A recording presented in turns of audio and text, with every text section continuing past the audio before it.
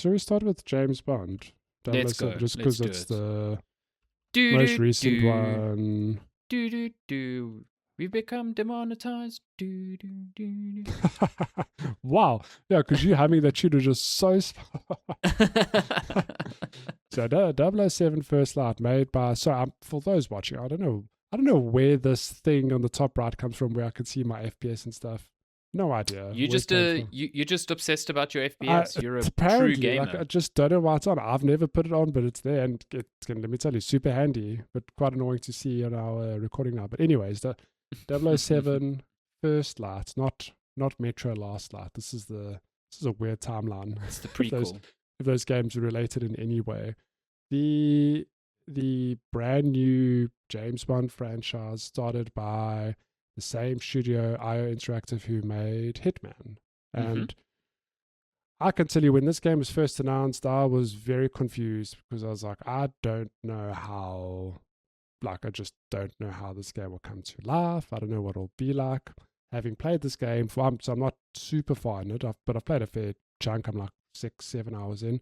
Having played it now, I'm very much of the opinion that yes, this was the right studio to make this game, because it feels like if you've played any of the recent Hitmans, it kind of fits the James Bond universe very well, where you are, you know, playing through the story where you can be super stealthy, super sneaky, or you can just, go out guns blazing.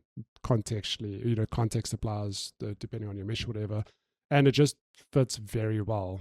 In terms of story, it is an origin story.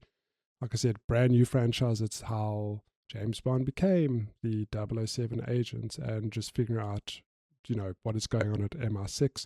But I think what's quite interesting is that I don't know when I expected it to be set in terms of time. I did not expect like a straight up, it's a modern day, this is James Bond in 2026, whatever, just doing his thing. Because right out the gate, you go to MI6, like, oh yes, we stop a lot of our, we get a lot of our information processed by a super AI computer. I'm like, Yeah. oh, interesting. Okay, like, so it's quite a cool twist on like a very familiar character, which, like, I don't know how popular James Bond is in 2026, but for me, growing up, there was always like a history of James Bond movies or new ones to watch with old Pierce Brosnan and then later Daniel Craig. But yeah, I'm enjoying my time with this game. It's just been pretty refreshing to me, different to what I expected, and yeah, I'm enjoying my time with it.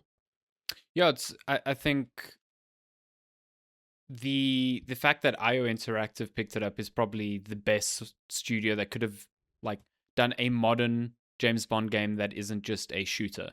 You know what I mean?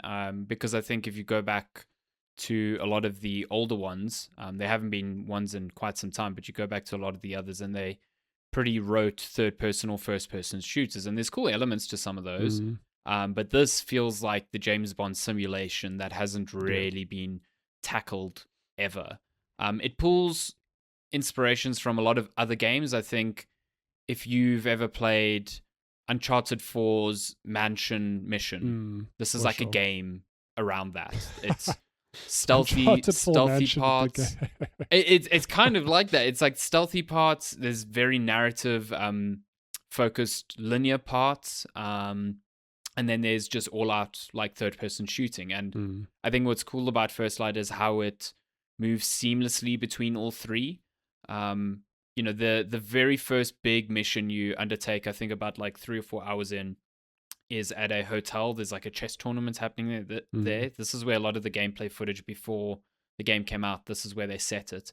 And that sort of opening feels very reminiscent of Hitman, where it's like, choose your path of how you get to your objective. It's way more focused than Hitman. So if you're going into First Light with this idea of it is just Hitman with a James Bond skin, it's very much not. It is way, way, way more refined and tuned to point you into certain directions and to limit your abilities and how you can influence the world. But it still feels wide open enough that it feels like you are making your choice on how to get to a certain room or get past a certain guard. It gives you the tools to kind of do that. And then after that, it moves into like a linear section that takes place beneath the mansion, where you are sneaking past guards or you are like choosing to go and beat them all up with your hands or engage in a firefight, but that part is like pretty linear, and then it moves into like a big showcase event where you're chasing down a plane. It's very Uncharted in that way. There's like a big progression in like action, and then it slows down again the next time you undertake a new mission. And I think they nailed that sort of cadence and that pace, and it works well with the way a James Bond movie works in essence. The James Bondness of it all is really, really good, and the stories I think leans into that a lot. It's a more Pierce Brosnan era James Bond, less Daniel Craig. It has the gadgets and the, your watch can hack everything. It can also like make people sick, and you can blind them with the laser from your eye, or you can choose like throw a smoke bomb. It's that sort of James Bond, not Daniel Craig wearing an Omega that just tells the time sort of James Bond. What a boring age. I know Darren hates it. I think they're really good movies, but anyway. They are good, but I think it's, we'll be deviating, but it's like, it's just a different style. It's a different Bond, I guess. Yeah, it's a different Bond. So I think from that perspective, they've really nailed it. I think, I've spoken about this with you guys on Discord and whatnot. I don't think I'm as enamored with the overall game as much as other people maybe are. I think First Light has a lot of the bones for a good first attempt at this, and I feel like a sequel will really refine the parts that I think don't really work that well. For instance, the third-person shooting feels odd to me. It doesn't feel good. Like, you hop in and out of cover really easily, and you pop out when you should, and you duck when you should. But I just feel like the gunplay feels a bit floaty. The control scheme is a bit weird because you're trying to do a lot of things as Bond, more so than just like cover shooting. You're like, you're constantly running out of ammo, so you get to throw your gun at someone's head and then sprint towards them and take them down with a melee attack. And when you nail that, especially with their sort of like animation fluidity, it looks great, but it feels wonky to actually control and pull off consistently, I find. And then the enemies around you just like choose to lob grenades at you. Like if you're in cover for like 2 seconds, they just really don't want you to be there. But then they also place enemies in weird spots around you. So I constantly found I was being shot from behind me, and I was like, I didn't even realize there were people there. So it's like these small little refinement things that if you play, say, the early Uncharted, you'll probably find the same issues, but by the time they've got to like the second and third ones, they've kind of polished that up to a degree.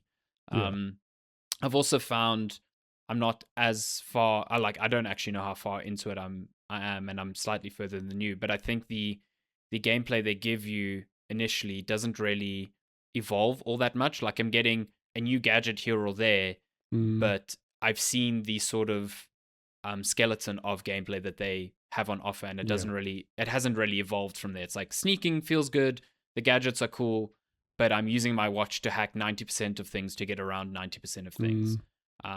So again, like, I think they can evolve on this formula really well. I think it's a super good first attempt, and way, way, way better than probably any other Bond game would have been with any other studio, but room for improvement, if that makes sense. I don't know if you share that sentiment. I'm with you. There are I was I was laughing earlier because there are still like a couple rough edges in silly ways. Like, I think it happens with any stealth game where if the AI is too good, it makes the game just not fun. If if it was true to real life, I think you'd just be seen all the time.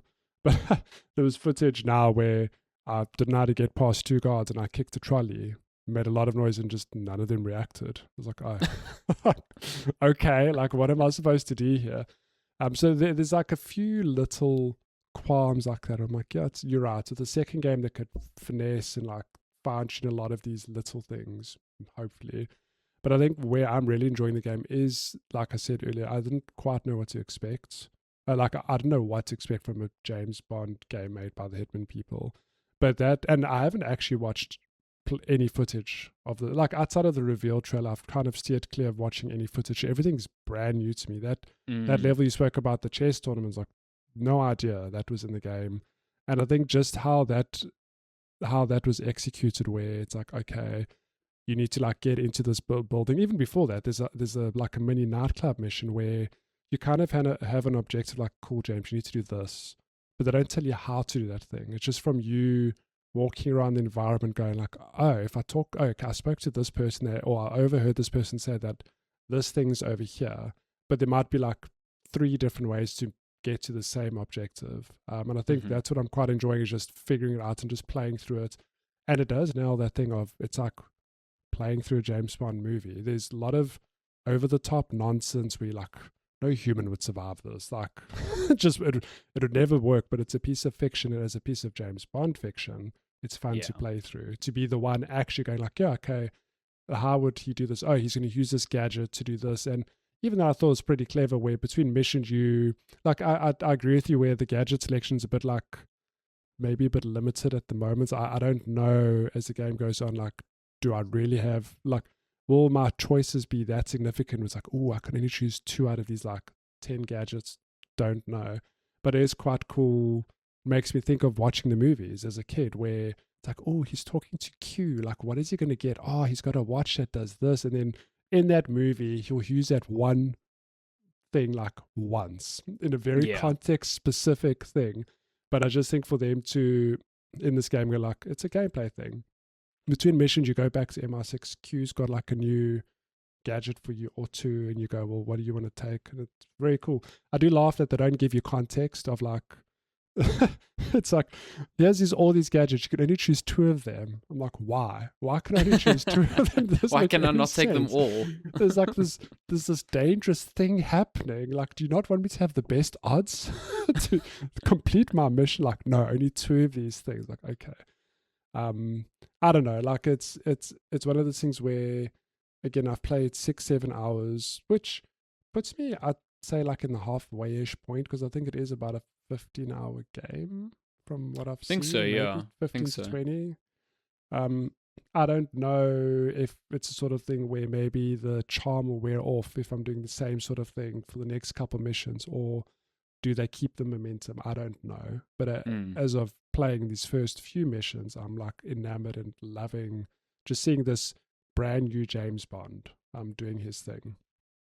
I think the characterization of the the cast is also what carries a lot of this. Like, I think Bond is very charismatic, and it's cool to see him from starting days and morphing into the sort of character that he's portrayed as in the films. And this is IO Interactive's own version of the character as well, which I think they're also leaning into. It's not just it's not a by the numbers origin story, I think.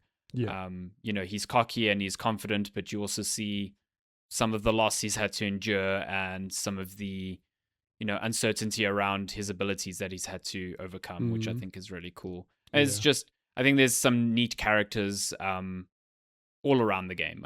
I'm waiting for the story to really pick up, but I've enjoyed where it's gone so far. It's just really well acted, really well animated.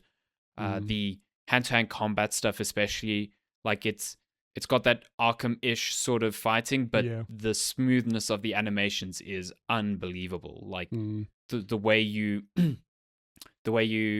vault over things, or as you grab someone and move them over to some like a bench or a piece of glass on the wall, like your next attack will use that. It's very, very fluid and natural. And I think that sort of stuff is what elevates this beyond just being James Bond skin on X game. You know what I mean? Yeah, so, for sure. It's cool. I think there's a lot of stuff here that works and some stuff that doesn't work for me, but I really hope, and by all intents, it seems like they will. I hope IO gets another crack at this, because I think they've got a really good thing going here. Yeah, I think it's reviewed well. I don't know if they've shared sales seems to have numbers, but I sold imagine well. It would have sold pretty well. I think the first or 2 weeks it sold like 3 or over 3 million, which is not bad. That's for, I think for them it's pretty solid. So yeah, and there was some trickiness with I know the Amazon game CEO said that obviously since IO got the rights to the game, James Bond was sold off to Amazon, and he made some odd remarks about like them taking over the franchise or shepherding it. But I've heard since on some podcasts with Jeff Grubb that apparently IO has the license for at least another 2 games. So they'll probably have to work with Amazon, but it seems like they're not going to just not make the next one. You know what I mean? At least, again, we live in a world where stranger things happen. So I hope they just get to make another one. Because I think it could be a Assassin's Creed 1 to Assassin's Creed 2 sort of leap for them here if Mm, they get another stab at it, I think. yeah, But it's a cool game nonetheless. I think yeah. I'm having Well, fun with it. last thing I'll say, the tutorial in this game, the first 2 hours, Mm. like you're playing through story stuff, and yeah, like, long story short, you're going through a training camp with James, and just the way it like montages through him being trained and learning it, and the way it's like teaching you how to play the game as well, really, really good. Just You can what a expect clever to see way. that in the next 10 Yeah, years of games. They're all just going to do that. Yeah. it is. It's such a simple thing where you're like, oh, how has no one done this before? It's like, well, Yeah. I don't know, but other people are now going to do the exact same thing. It's like it's a montage. You just learning as you go. So good. Yeah. It's really Like smart hats. because it keeps the story going. Yeah. It doesn't feel like walk here, do the combat tutorial, walk here, do the shooting tutorial. Mm, It's a very smart wrapping of that. What is still tutorialization really. mm, Yeah, I think it gets the game off to a really good start. yeah. Yeah, Enjoyed I it. think that's it for First Light. Good old game there. First, lots.